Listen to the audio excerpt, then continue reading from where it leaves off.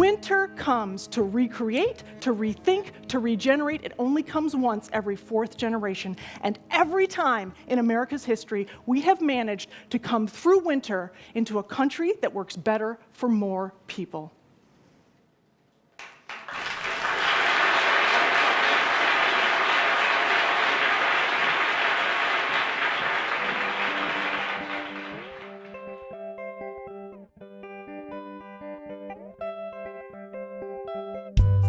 I feel like I'm in service to amazing people, people who are willing to publicly take risks, people who are willing to change strategy in their business. There's a lot of inertia against that, a ton of inertia against that. So many things have changed, whether it's higher education or cities or companies whose markets are changing, right? They're trying to figure out what will the future be, and then how do we position ourselves effectively? So strategic planning doesn't work when your market has changed.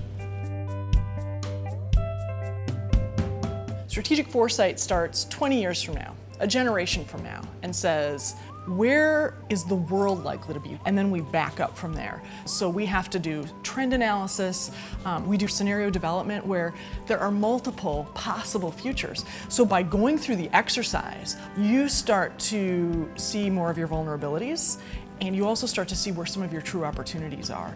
So usually we're doing a 2-day process with a client. We have them think about the trends impacting them, and then we develop these scenarios. And then on day 2, we help them face the fact that futures come in 2 flavors.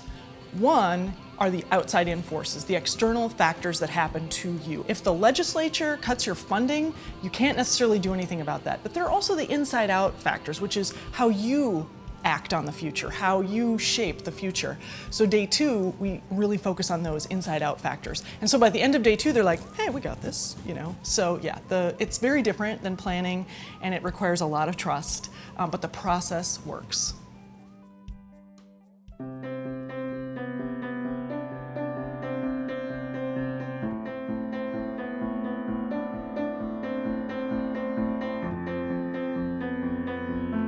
Rebecca is part futurist, part economist, and one of America's most influential thought leaders. Please join me in welcoming Rebecca Wright.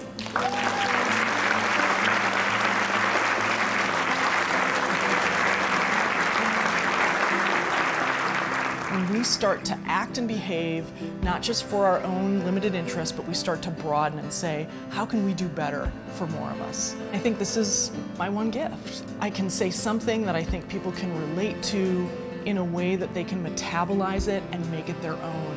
It can shift your DNA in a way. Like, how many times do you get to roll the dice and say, this could make a difference for somebody 20 or 40 years from now?